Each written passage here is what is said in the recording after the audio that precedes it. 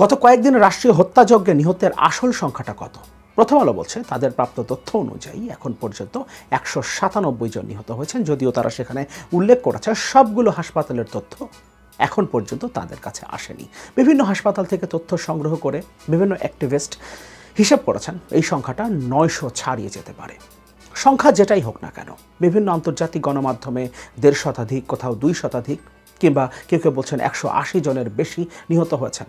কিন্তু সংখ্যা যেটাই হোক, সরকার যেটা কমিয়ে বলার চেষ্টা করছে, কিন্তু সংখ্যা যদি একজন হয়, একজন নাগরিককে রাষ্ট্রীয় বাহিনী গুলি করে হত্যা করেছে, তার দায়ও সরকারকে নিতে হবে এবং তার জবাব তাদেরকে দিতে হবে, সংখ্যাটা যদি একজনও হয়ে থাকে। এখন এই সংখ্যাটা এবং এই পুরো তালিকাটা চাইছে জাতিসংঘের মানবাধিকার কমিশন। জাতিসংঘের মানবাধিকার হাই কমিশনার ভলকার তুর্ক পরিষ্কারভাবে বাংলাদেশ সরকারের কাছে এই তালিকাটা চেয়েছেন এবং দ্রুততম সময়ের মধ্যে। কিন্তু সরকারের কাছে কোনো তালিকা নেই, কোনো হিসেবই নেই। সরকারের বিভিন্ন মন্ত্রীদেরকে যখন জিজ্ঞেস করা হয়েছে, তারা প্রত্যেকবার একই উত্তর দিয়েছেন, তাদের কাছে এই হিসাবটা নেই। তাদের কাছে হিসাব থাকবার কথা না। যে সরকারের প্রধানমন্ত্রী এতগুলো মানুষ মারা যাবার পর হাজার হাজার মানুষ আহত হয়ে হাসপাতালে পড়ে আছে, অথচ তিনি দেখতে গেছেন মেট্রো রেল স্টেশন, সেখানে ভেন্ডিং মেশিনের স্ক্রিনের দিকে তাকিয়ে ভাঙা স্ক্রিন দেখে তিনি সেখানে আবেগ আপ্লুত হয়ে যাচ্ছেন, তিনি সেখানে কেঁদে ফেলছেন। সেই ছবিগুলো আবার গণমাধ্যম প্রচার করছে, অথচ মানুষ মারা গেছে, মানুষ হাসপাতালের বিছানায় কাতরাচ্ছে। সেদিকে যে সরকারের প্রধানমন্ত্রীর ভ্রুক্ষেপ নেই, সেই সরকারের কাছে কতজন নিহত হয়েছেন, কতজন আহত হয়েছেন সেই তথ্য থাকবার কথা না।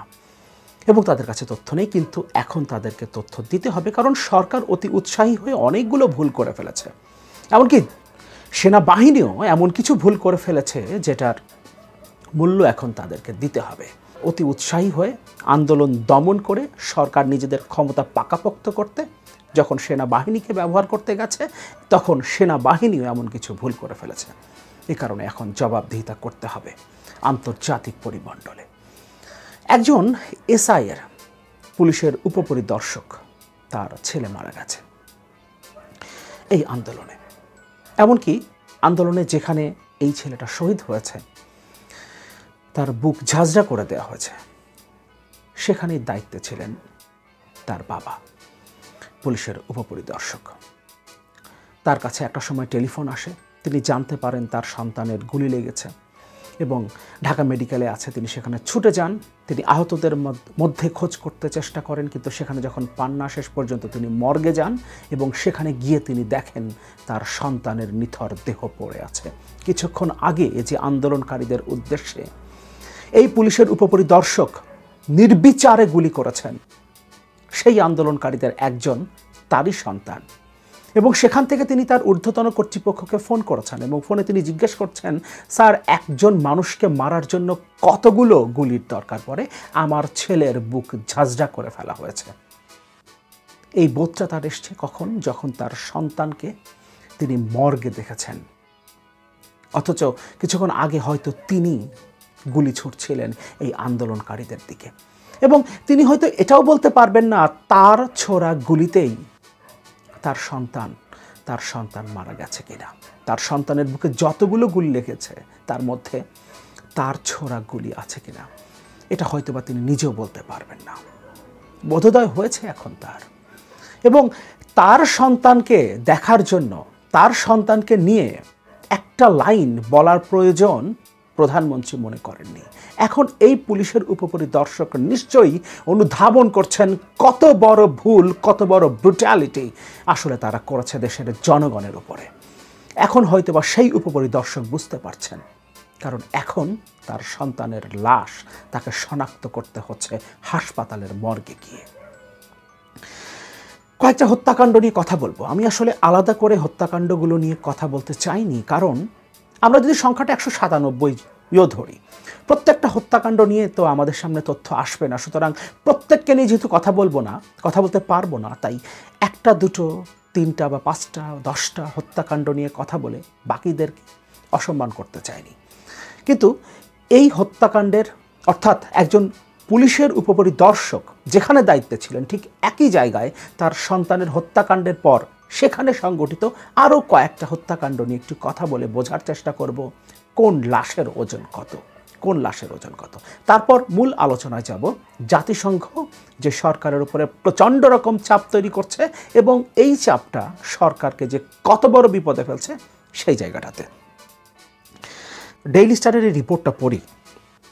একজনকে মারতে কতগুলো গুলি লাগে স্যার। মর্গে তাইমের মরদেহ খুঁজে পাওয়ার পর ফোনে ময়নালকে বলতে শোনা যায়, স্যার আমার ছেলেটা মারা গেছে, ওর বুক ঝাঁঝরা হয়ে গেছে স্যার, আমার ছেলে আর নেই।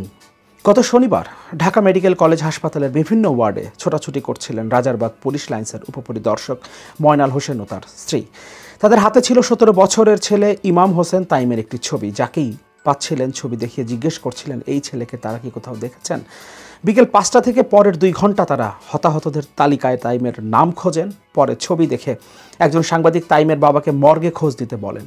সঙ্গে সঙ্গে জরুরি বিভাগের লাশ ঘরের উদ্দেশ্যে দৌড় দেন তিনি। একজন লাশ ঘরের দরজা খুলে দিলে ভেতরে ঢোকেন তারা। সেখানে পড়েছিল রক্তে ভেজা ছোড়রা গুলিবিদ্ধ তাইমের নিথর দেহ। কোটা সংস্কারের দাবিতে বিক্ষোভ মিছিলে যোগ দিতে কলেজ শিক্ষার্থী তাইমের শুক্রবার সকাল 11টার দিকে তাদের যাত্রাবাড়ি বাসা থেকে বেরিয়ে যান। এর আগে 3 দিন ধরে যাত্রাবাড়িতে সংঘর্ষ চললেও তাইমকে ঘরে আটকে রাখা যায়নি। মর্গে তাইমের মরদেহ খুঁজে পাওয়ার পর ফোনে ময়নালকে বলতে শোনা যায়, স্যার আমার ছেলেটা মারা গেছে, বুলেটে ওর বুক ঝাঁঝরা হয়ে গেছে, স্যার আমার ছেলে আর নেই। তিনি প্রশ্ন রেখে তাকে বলেন, একজনকে মারতে কতগুলো গুলি লাগে স্যার। ছেলে গুলিবিদ্ধ জানিয়ে ঊর্ধ্বতন কর্মকর্তার কাছ থেকে ছুটি নিয়ে এসেছিলেন ময়নাল। ফোনে কথা বলার সময় অপর প্রান্তে কে ছিলেন তা নিশ্চিত করে বলতে পারেনি ডেইলি স্টার। প্রত্যেকটা হত্যাকাণ্ড অত্যন্ত হৃদয় বিদারক। সেটা একজন সাধারণ মানুষের সন্তান হোক, সেটা একটা রিক্সাওয়ালার সন্তান হোক, কিংবা একটা প্রাইভেট বিশ্ববিদ্যালয় কিংবা একটা সরকারি বিশ্ববিদ্যালয় পড়ুয়া কোনো একটা ছেলে হোক, কিংবা একজন পুলিশ উপপরিদর্শকের সন্তান হোক, প্রত্যেকটা লাশের ওজন একই। পুলিশ উপপরিদর্শকের ছেলে তাইম যেখানে মারা গেছেন ঠিক একই জায়গায় পুলিশের গুলিতে নিহত হয়েছেন ওই তাইমের বয়সী আরেকটা ছেলে। 16 বছরের ইফাতের বুকের বাঁ পাশে ছিল গুলির চিহ্ন। 20 জুলাই শনিবার রাজধানী ঢাকার যাত্রাবাড়িতে সংঘর্ষের সময় গুলিবিদ্ধ হয়ে মারা যায় ইফাত। সেদিন সকালে বাড়ি থেকে একটু আসি বলে বের হয়েছিল সে। এরপর রাতে মা কামরুন নাহার জানতে পারেন ইফাতকে গুলি করা হয়েছে। ইফাতের বাবা নেই, কয়েক বছর আগে তিনি মারা গেছেন। তিনি ব্যাংকার ছিলেন। 2 বোন এবং ইফাত, এই 3 সন্তানকে নিয়ে তার মা যাত্রাবাড়িতে থাকতেন এবং ইফাত এখন কবরে। একই জায়গায় যেখানে পুলিশের উপপরিদর্শকের সন্তান নিহত হয়েছেন পুলিশের গুলিতে, সে একই জায়গায় পুলিশের গুলিতে ইফাতও মারা গেছে। 2টো লাশের একই ওজন। এমনকি রাজধানীতে বেওয়ারিশ হিসেবে 21টা লাশ দাফন করা হয়েছে। এই বেওয়ারিশ প্রত্যেকটা লাশের ওজন তাইম কিংবা ইফাতের লাশের ওজনের সমান। এবং এই লাশের সংখ্যাটা যে আসলে কত, এর প্রকৃত হিসাব আমরা কোনোদিন হয়তো জানতে পারবো না, কিন্তু যতটুকু জানতে পারবো সেই সংখ্যাটাই যখন আমাদের সামনে আসবে আমরা কি সেটাকে ধারণ করতে পারবো? কিন্তু যে সরকারটা ক্ষমতায় আছে তাদের কাছে এগুলো কিচ্ছু যায় আসে না। এই সরকারের প্রধানমন্ত্রী গেছেন মেট্রো রেল ভিজিট করতে, কতজন মানুষ মারা গেছে সেই তথ্য সরকারের কাছে নাই। নির্দ্বিধায় তারা এই কথাগুলো বলতে পারছেন। মেট্রো রেলের ক্ষয়ক্ষতি কত হয়েছে, এলিভেটেড এক্সপ্রেসওয়ের ক্ষয়ক্ষতি কত হয়েছে সেগুলোর কথা বলছেন। এমনকি ফটো সেশনগুলো অসাধারণ, যে ক্যামেরা পার্সনগুলো কাজ করেছে তারাও অসাধারণ কাজ করেছে। গ্লাস ভাঙা গ্লাসের এপাশ থেকে ঠিক ওই ভাঙা যে অংশটা সেটার ভেতর দিয়ে ফ্রেমিং করে প্রধানমন্ত্রীর কান্নার ছবি তুলেছে। সেগুলো আমাদের সামনে আসছে। জড় পদার্থের জন্য, মনিটরের জন্য, স্ক্রিনের জন্য, ভাঙা গ্লাসের জন্য প্রধানমন্ত্রী কাঁদছেন। কিন্তু এই মানুষগুলো, এমনকি পুলিশের উপপরিদর্শক ময়নালের ছেলের জন্য কিন্তু প্রধানমন্ত্রী কাঁদছেন না। এটা অন্য পুলিশ কর্মকর্তা, বিজিবির কর্মকর্তা, সেনা কর্মকর্তা, র্যাবের কর্মকর্তা যারা আছেন তাদেরকে উপলব্ধি করতে বলবো। অতি আত্মবিশ্বাস থেকে সরকারি আন্দোলন দমন করতে গিয়ে যে ভুলগুলো করে ফেলেছে, এখন তার খেসারত তাদেরকে দিতে হবে। চ্যানেল 24-এর একটা রিপোর্ট, কোটা আন্দোলনে নিহতদের তালিকা দ্রুত প্রকাশের আহ্বান জাতিসংঘের। কোটা সংস্কার আন্দোলনের জেরে সৃষ্ট সহিংস ঘটনায় কত মানুষ নিহত ও আহত হয়েছে তার বিস্তারিত তালিকা দ্রুত প্রকাশ করতে বাংলাদেশ সরকারকে আহ্বান জানিয়েছেন জাতিসংঘের মানবাধিকার সংস্থার প্রধান ভলকার তুর্ক। একই সঙ্গে আন্তর্জাতিক মানবাধিকারের নিয়মনীতি ও মানদণ্ড মেনে এই দেশের সব আইন প্রয়োগ কার্যক্রম পরিচালনা নিশ্চিতের আহ্বান জানান তিনি। কিন্তু ভলকার তুর্ক এই কথাও বলেছেন, আমরা যা বুঝেছি সরকারের সঙ্গে সম্পৃক্ত গোষ্ঠীগুলো অনেক মানুষের ওপর সহিংস হামলা করেছে এবং এসব মানুষের সুরক্ষার জন্য কোনো চেষ্টা করা হয়নি। এসব মানুষের সুরক্ষার জন্য সরকার কোনো চেষ্টা করেনি এবং যারা হামলা করেছে তারা সরকারের সঙ্গে সম্পৃক্ত বিভিন্ন গোষ্ঠী। এই কথা বলছেন জাতিসংঘের মানবাধিকার হাই কমিশনার এবং জাতিসংঘ মহাসচিবও আপত্তি তুলেছেন জাতিসংঘের লোগো সংবলিত হেলিকপ্টার এবং সাজোয়া যান সেনাবাহিনী ব্যবহার করেছে সেই ব্যাপারটা নিয়ে। এবং এই ব্যাপারে জাতিসংঘ যদি কোনো ব্যবস্থা না নেয় তাহলে জাতিসংঘকেও প্রশ্নের মুখে পড়তে হবে, তাদেরকেও জবাবদিহি করতে হবে। সুতরাং জাতিসংঘ নিশ্চিতভাবেই কঠিন কোনো স্টেপ নিতে যাচ্ছে।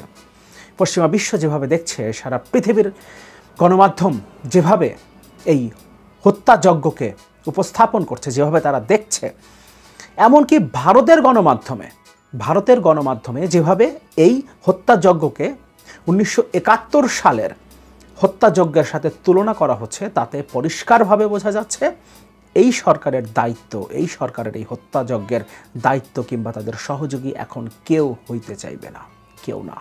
পৃথিবীর নিকৃষ্টতম স্বৈরাচার কি বাংলাদেশে রাষ্ট্র ক্ষমতায় আছে কিনা, সেটাই এখন সবচেয়ে বড় প্রশ্ন।